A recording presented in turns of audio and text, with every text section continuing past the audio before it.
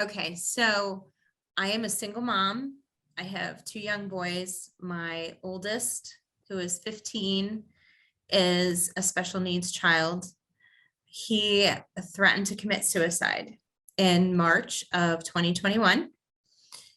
We were recommended to go to the emergency room. So I took him to our local hospital, where he was not admitted. He was in a bed for the day in the emergency room. It began with a triage of some very nice professional nurses. And then we had some professionals come in throughout the day. They were very kind, very compassionate. My son was severely depressed. He does not communicate with most people, especially individuals that he doesn't know.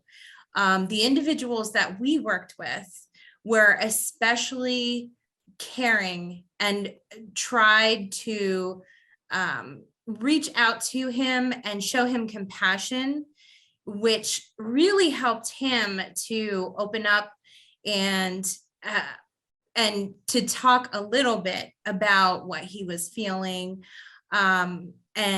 He had a very strong desire to not go anywhere, associate with anyone. He did not want to even communicate with friends. He was isolating.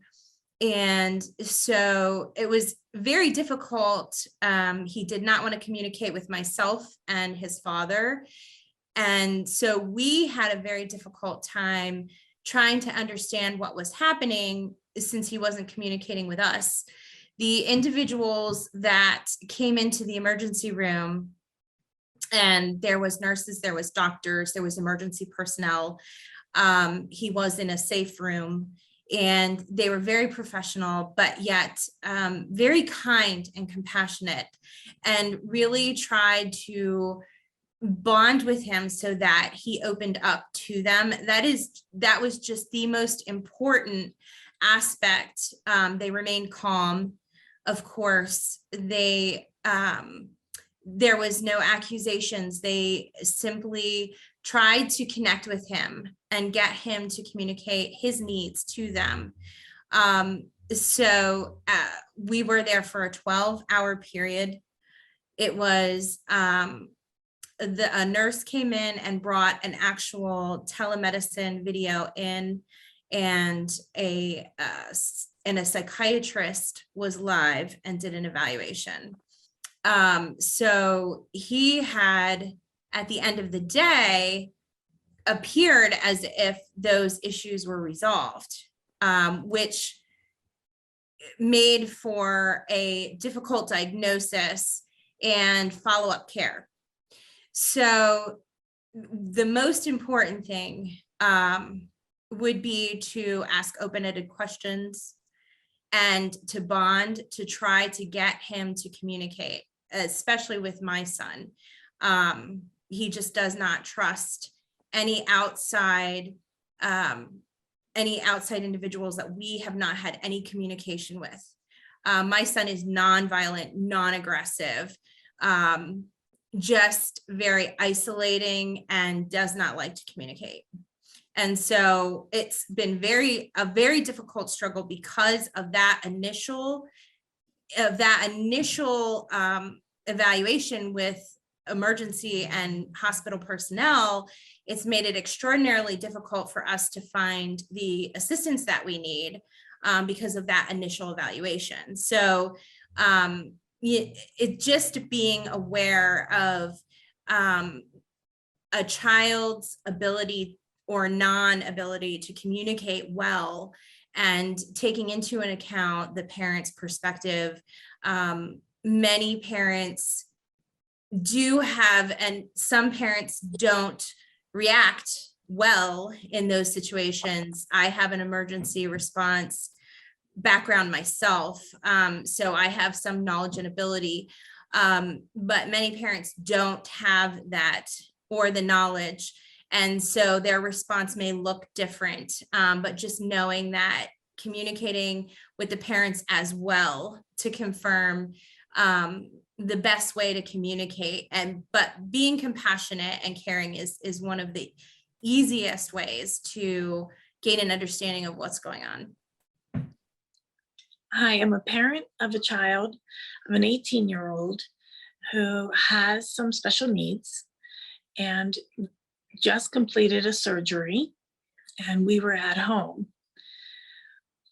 I think due to all of the medications from the surgery, it caused inflammation, and we noticed our daughter started reacting to her pain in a different way. She started experiencing some pain after the surgery and started screaming that the pain was that intense. We called 911. We explained the situation and that we needed someone to come to the house because we couldn't move her. She had a leg surgery, and her leg was completely not in a cast or anything, but in a brace, and we could not move her. We needed some assistance to do so. They came into the home, and we brought something to carry her down in. And the surgery had just happened 2 days before. She was screaming in her room. And as soon as she saw the EMT come into her room, the police officer come into her room, maybe someone from fire department came into her room, that really scared her, to have all of these people into her room like that, all staring at her. She was crying hysterically, screaming, and they ended up transporting her using a collapsible device. And after the surgery and her moving it in that position to get her down the stairs and into the ambulance just caused even greater stress. I think they didn't touch her for a while because they weren't sure if she was going to hurt them, or maybe they just weren't sure. They needed to assess the situation better.